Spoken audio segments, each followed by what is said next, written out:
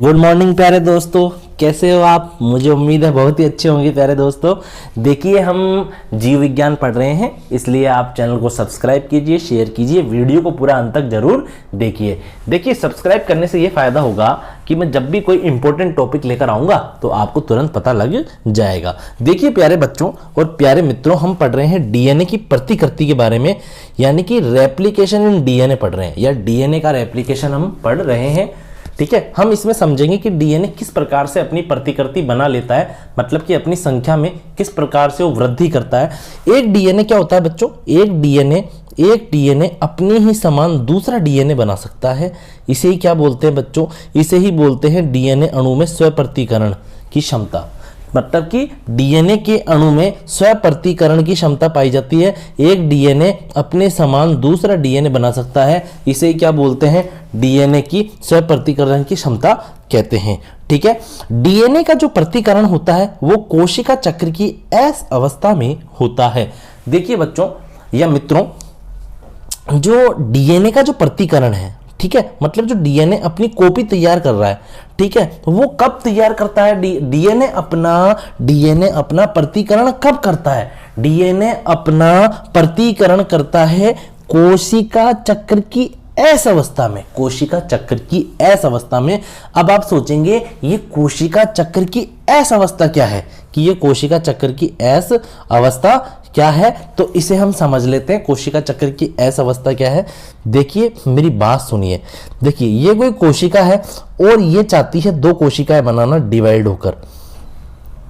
ठीक है, ये कोशिका डिवाइड होगी तो दो कोशिका बनेगी, एक इधर बनेगी और एक इधर बनेगी और एक इधर बनेगी।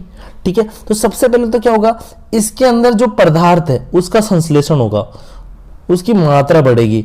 डीएनए है बच्चों, डीएनए का भी तो संश्लेषण होगा और डीएनए की मात्रा डबल हो जाएगी। फिर आधा डीएनए तो यहां आ जाएगा इस वाली कोशिका में, आधा डीएनए इस वाली कोशिका में आ जाएगा।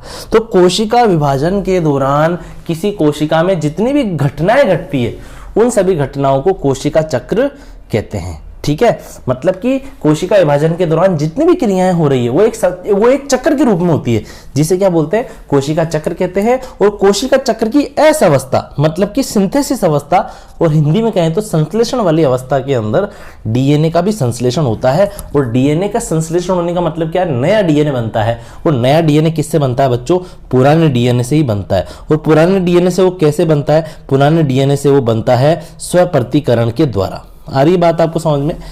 देखिए डेलबर्ग ने डीएनए प्रतिकरण की 3 विधियों के बारे में बताया है। डेलबर्ग वैज्ञानिक है, इन्होंने डीएनए के प्रतिकरण की कितनी विधियों के बारे में बताया है, 3 विधियों के बारे में बताया है। ठीक है, जो पहली विधि है बच्चों वो है डिस्पर्सिव या परिक्षेपी विधि। ठीक है, और ये बिल्कुल भी इंपॉर्टेंट नहीं है। ठीक है, और जो दूसरी विधि है वो है कंजर्वेटिव मतलब कि संरक्षी विधि, ये भी इंपॉर्टेंट को नहीं। ठीक है, फिर तीसरी विधि है सेमी कंजर्वेटिव या अर्ध संरक्षी विधि, ये वेरी वेरी वेरी बहुत बहुत इंपॉर्टेंट है। ठीक है, क्योंकि डीएनए का प्रतिकरण बच्चों, प्रतिकृतिकरण परिक्षेपी विधि द्वारा भी होता है, संरक्षी विधि द्वारा भी होता है और अर्ध संरक्षी विधि द्वारा भी होता है। लेकिन जब भी एग्जाम में पूछा जाए ना कि डीएनए की प्रतिकृतिकरण को समझाइए, तो यहां पर इस विधि का वर्णन हमें करना है, अर्ध संरक्षी विधि का वर्णन करना है। सेमी कंजर्वेटिव या अर्ध संरक्षी विधि किसे कहते हैं, क्या होती है, इसे मैं आगे अभी आपको समझा रहा हूं। देखिए आप ध्यानपूर्वक देखिए, हम पढ़ रहे हैं डीएनए के रेप्लिकेशन या डीएनए की प्रतिकृति किस प्रकार से बनती है उसके बारे में हम पढ़ेंगे। देखिए आप ध्यानपूर्वक देखिए, ये क्या है बच्चों, ये क्या है, ये क्या है, ये डीएनए की एक पॉलीन्यूक्लियोटाइड श्रृंखला या चेन है। ठीक है, और ये डीएनए की दूसरी पॉलीन्यूक्लियोटाइड श्रृंखला चेन होती है, और ये दोनों जो श्रृंखलाएं होती है ना, ये कुंडलित रहती है, आपस में गुथी भी रहती है। ये डीएनए की एक डबल हेलिक्स या द्विकुंडली संरचना है। ठीक है। जो ये पहली वाली जो आपको ये श्रृंखला दिखाई दे रही है ना, इसका एक सिरे की तरफ 3 डैश लिखा जाता है तो दूसरे सिरे की तरफ 5 डैश लिखा जाता है, ठीक है। इसी प्रकार से जो ये दूसरी वाली श्रृंखला है बच्चों, ये वाली, इसके अगर इधर 3 डैश है ना, ये इधर वाला, तो इधर क्या होगा 5 डैश से स्टार्ट करना, और जो इसका अंतिम सिरा होगा वहां पर 3 डैश लिखा जाएगा, ठीक है। ये बीच के अंदर क्या है, यहां पर आपको दिखाई दे रहे हैं, यहां पर ये ए और ये टी ए जी सी या सी जी क्या है, ये होते हैं नाइट्रोजनस बेस, मतलब नाइट्रोजन युक्त क्षार होते हैं। ये क्या होते हैं, ये नाइट्रोजन युक्त क्षार होते हैं।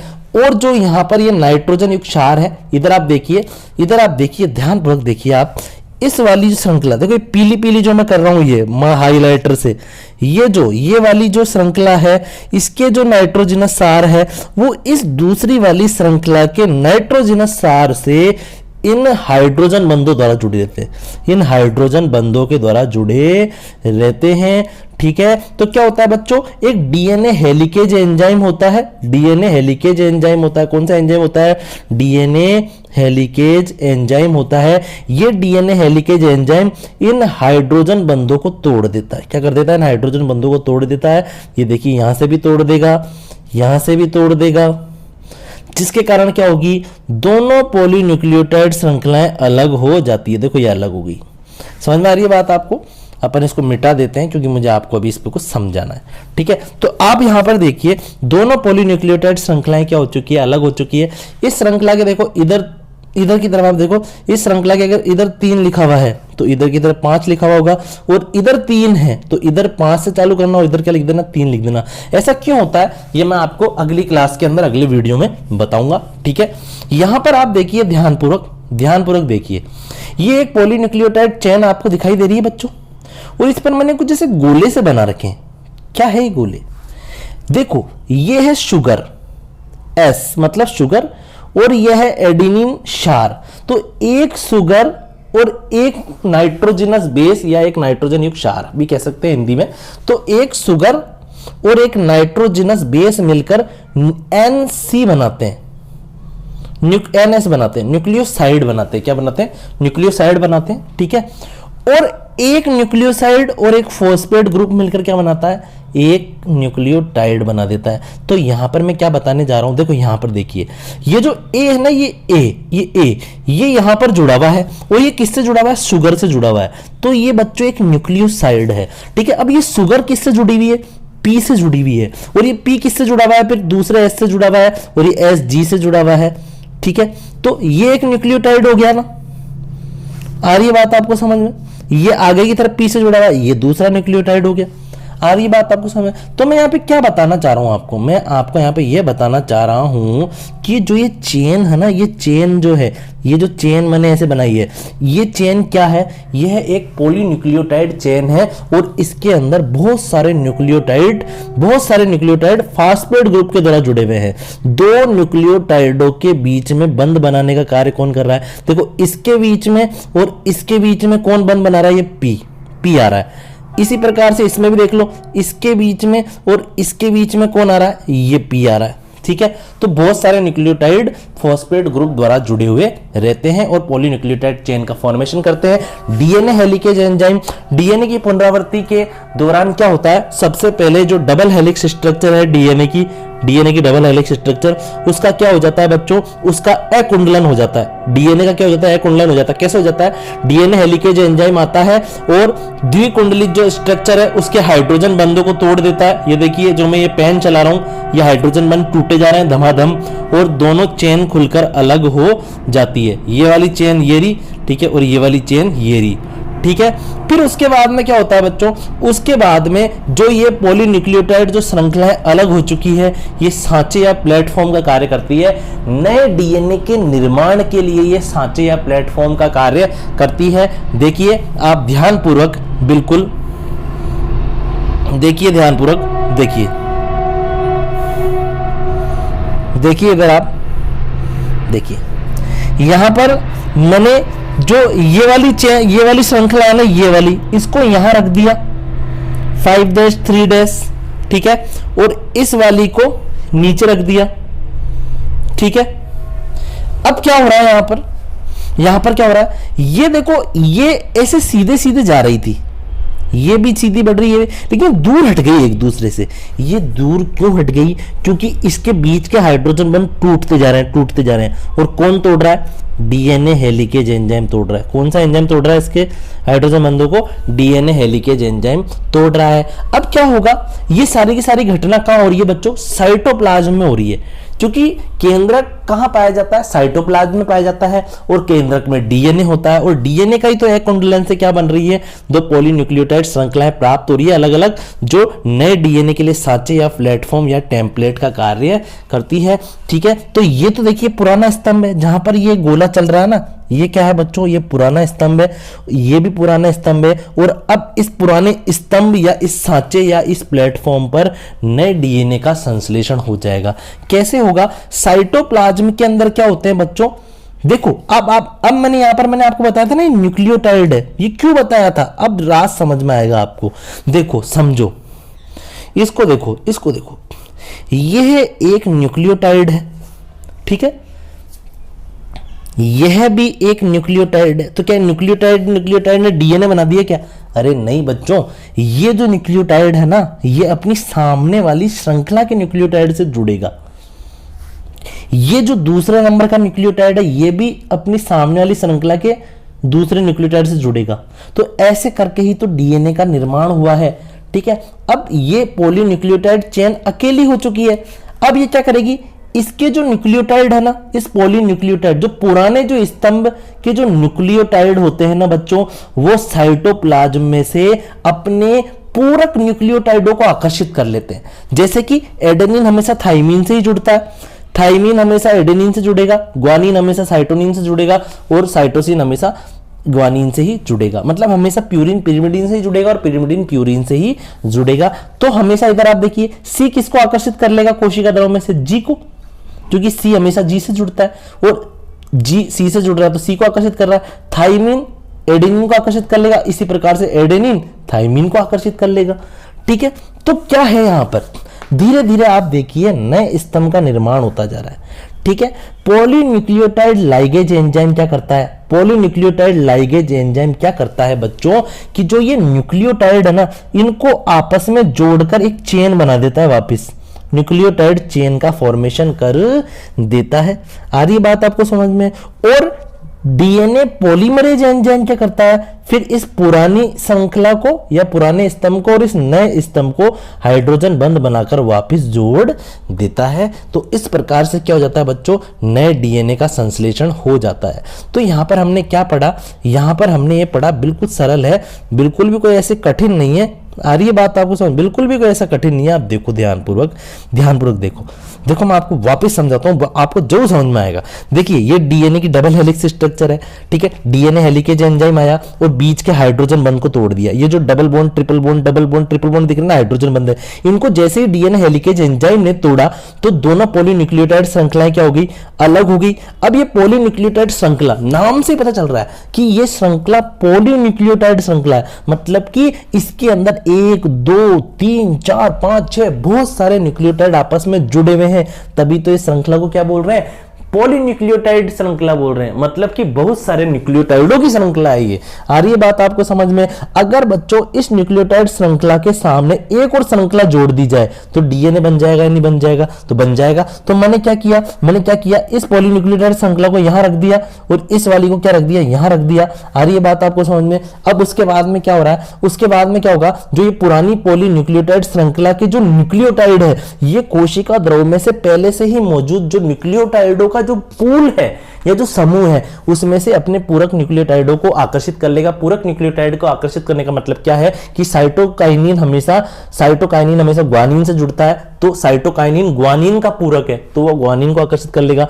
ग्वानिन हमेशा साइटोकाइनिन को आकर्षित करेगा, थाइमिन एडेनिन को आकर्षित कर लेगा और एडेनिन थाइमिन को आकर्षित कर लेगा, और इस प्रकार से एक चेन का फॉर्मेशन हो जाएगा।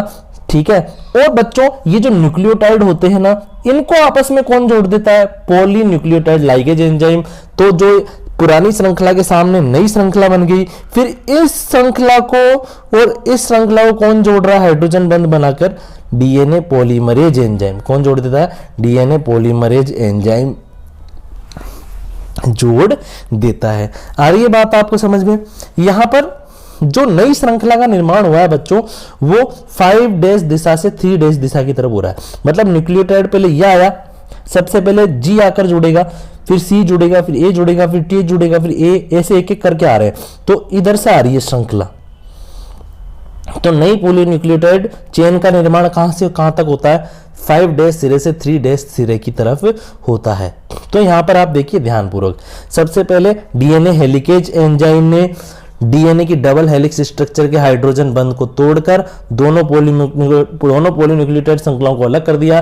फिर ये दोनों पॉलीन्यूक्लियोटाइड श्रृंखला व्यवस्थित हो गई, पुरानी श्रृंखला कहला रही है। ये से डीएनए का साँचा या इसे नए डीएनए के लिए सांचा या टेम्पलेट भी कह सकते हैं। फिर इसके ऊपर नए डीएनए का संश्लेषण हो जाएगा और किस दिशा में होगा? 5' दिशा से 3' दिशा के अंदर होगा। यहां पर हम कुछ इंपॉर्टेंट पॉइंट पढ़ेंगे।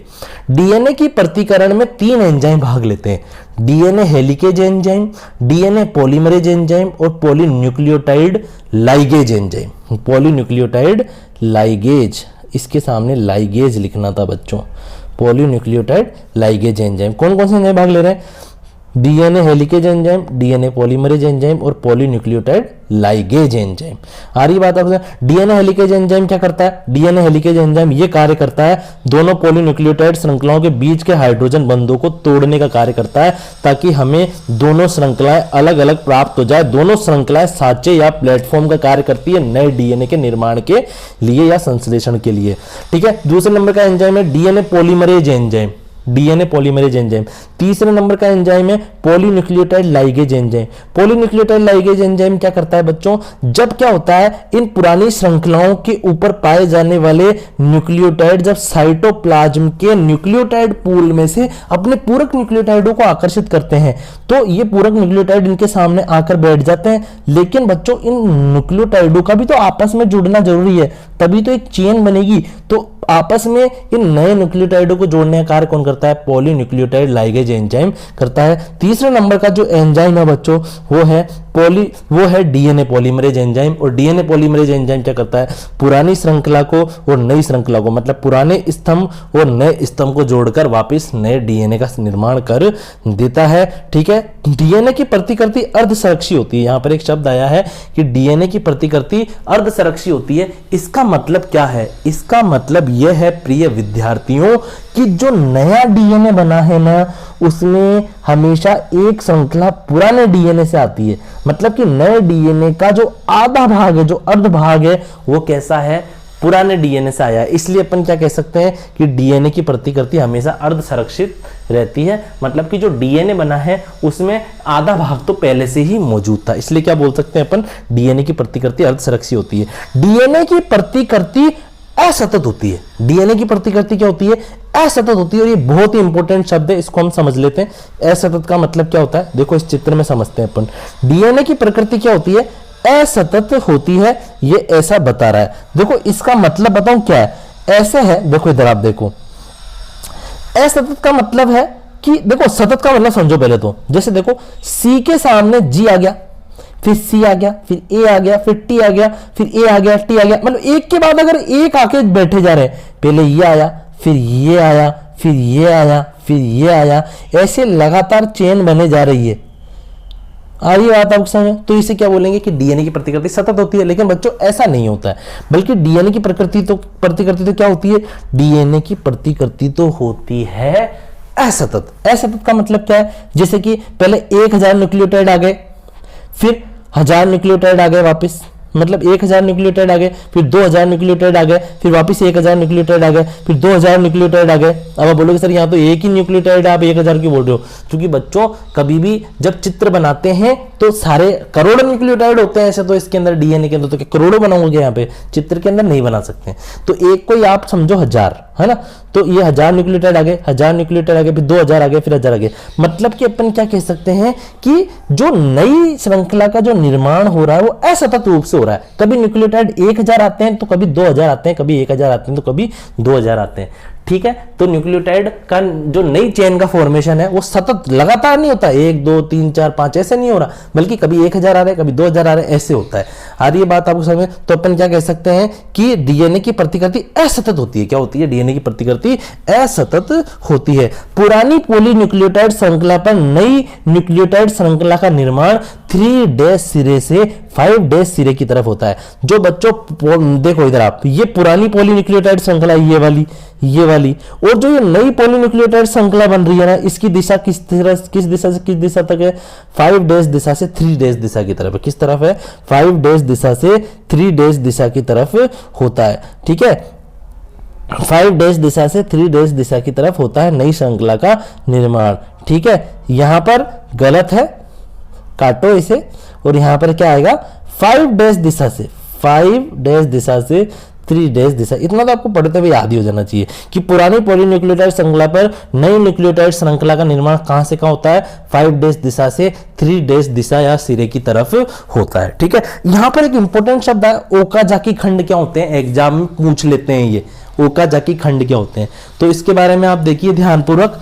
जनक पॉलीन्यूक्लियोटाइड श्रृंखला पर नई श्रृंखला का निर्माण सतत नहीं होता है। क्या नहीं होता है? सतत नहीं होता है, बल्कि प्रत्येक टेम्पलेट पर 1000 से 2000 न्यूक्लियोटाइड के खंड जमा होते हैं।